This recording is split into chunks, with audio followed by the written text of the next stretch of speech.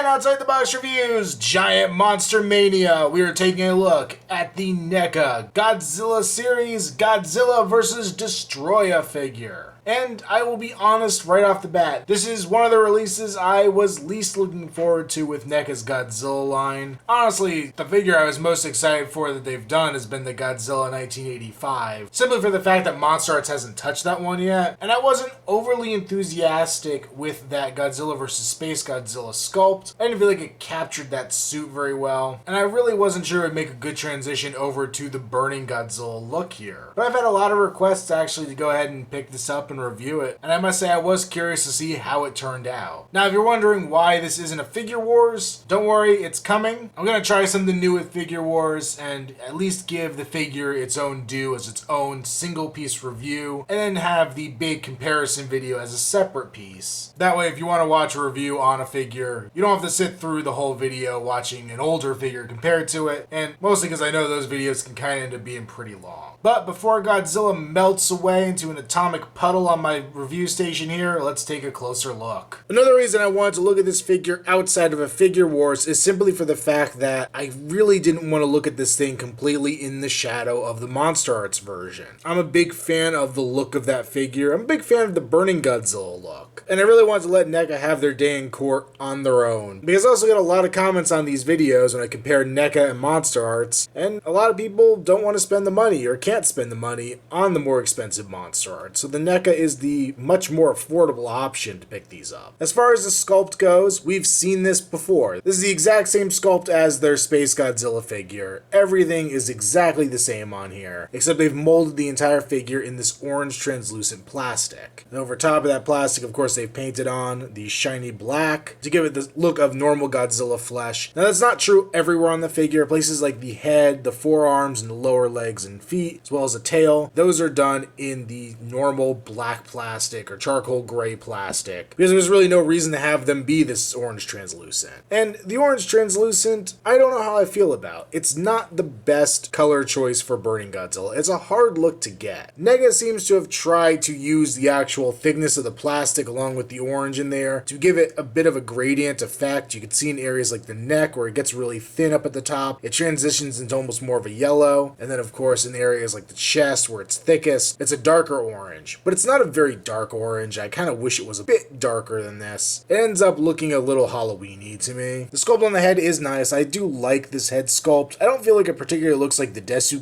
suit, but it does have a nice Godzilla look. It reminds me more of like the 91 suit, but it's minor nitpicking. There's some nice detail. We got the ears sculpted in there well, the little rows down the head of spines. His eyes are nicely detailed with orange and red paint, which is really nice considering how small that is. Inside the mouth, we have a very nicely detailed tongue and the dual rows of teeth. See, even the roof of the mouth is really nicely detailed. One odd feature, and it's more prominent in other areas of Godzilla, but there is a little bit of a blue paint wash going on to his skin. I've only really noticed this on the sections of Godzilla that are molded in the dark plastic as opposed to translucent, and it's kind of an odd color choice. It does kind of highlight some of the sculpted detail on Godzilla, but the blue color doesn't really mesh with the Burning Godzilla look. I would have almost rather it be a lighter gray or something to that effect to make it look like he was smoking a bit. Around the neck, we do have this kind of Elizabethan collar styled neck joint with the spines going up there. This piece, once again, is pretty thin and translucent. Some decent sculpted detail down the chest, all the little scales in there. The pattern of the burning effect is really nicely done on here, hitting all the points where it's supposed to on the character. You do see in areas like the armpits where it's not painted in there because I'm sure paint rub would have removed it anyway.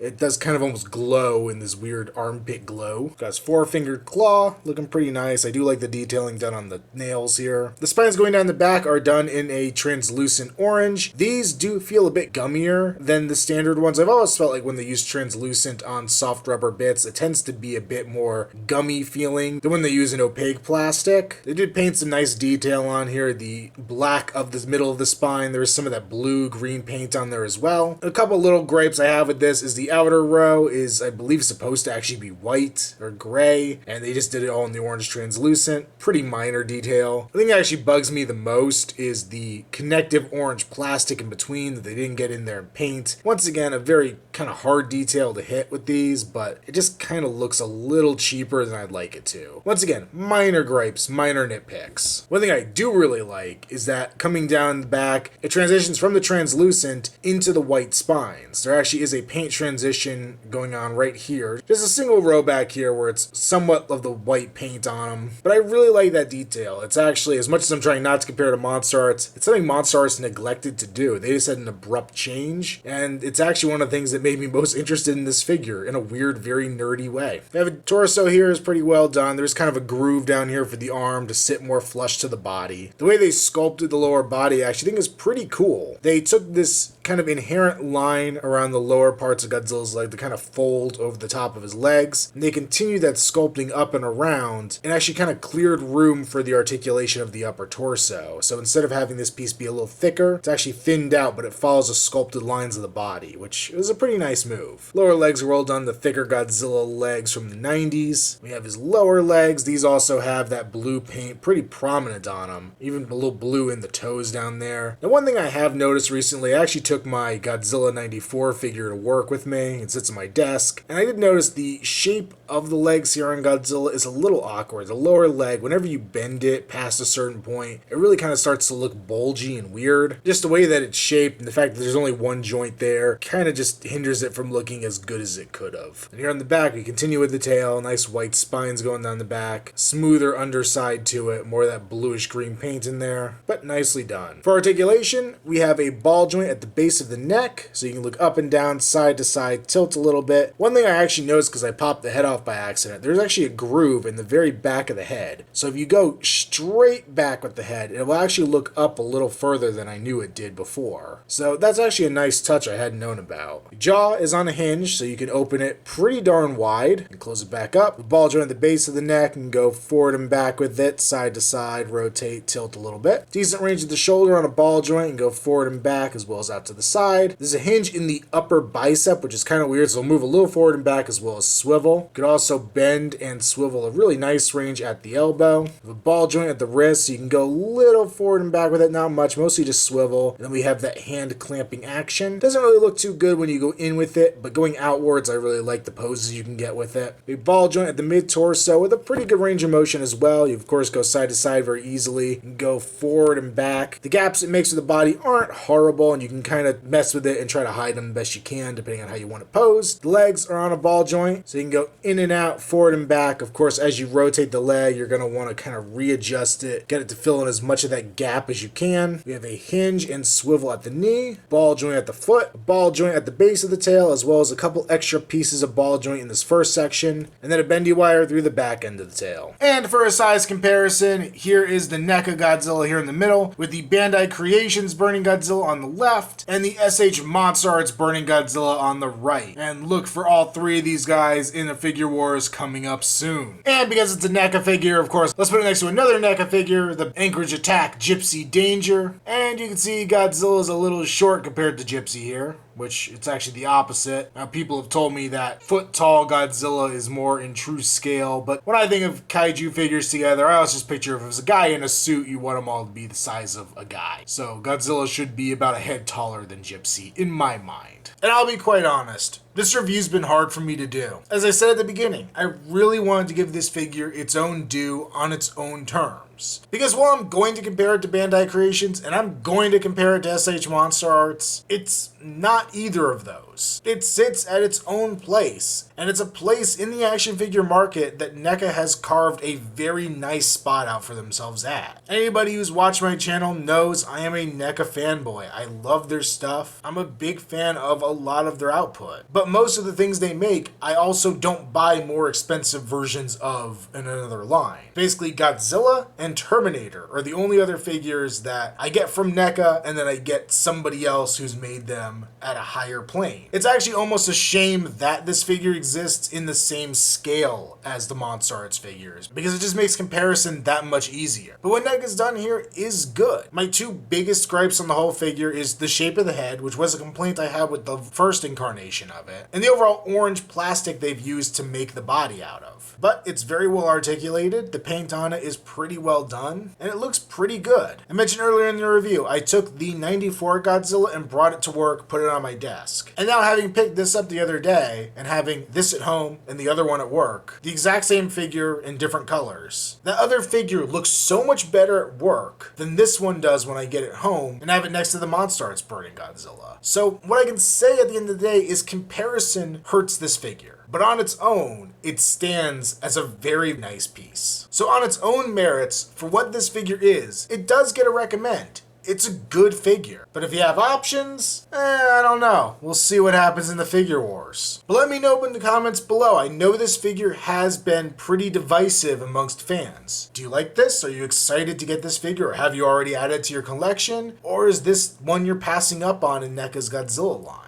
And speaking of skipping out on figures, I probably will be skipping NECA's next entry in the Godzilla line, the 8-bit video game version. I've skipped all those figures, it's just not super appealing to me. Heck, I skipped the Predator in that line, I pretty much skip anything if I skip the Predator in a line. So I most likely will not be reviewing that figure, but I am super excited for later this year when we get the Godzilla 1954 figure. That thing looks spectacular, and I really cannot wait till that comes out. And in the meantime, after I'm done shooting one more video with this guy, I think he's going under the knife, and I'm going to give him a little surgery, make him into something that I hope will be pretty cool. And if you want to watch my progress on that whenever I finally am able to get around to it, check me out on Instagram, username Outside the Box Reviews. Also follow me on Facebook, link below. And until next time, this has been another Outside the Box Reviews, Giant Monster Mania. Stay tuned for more to come. Today on Outside the Box Reviews, what the f am I calling this now? The Monstars version. No, I'm not going to do that. Damn it.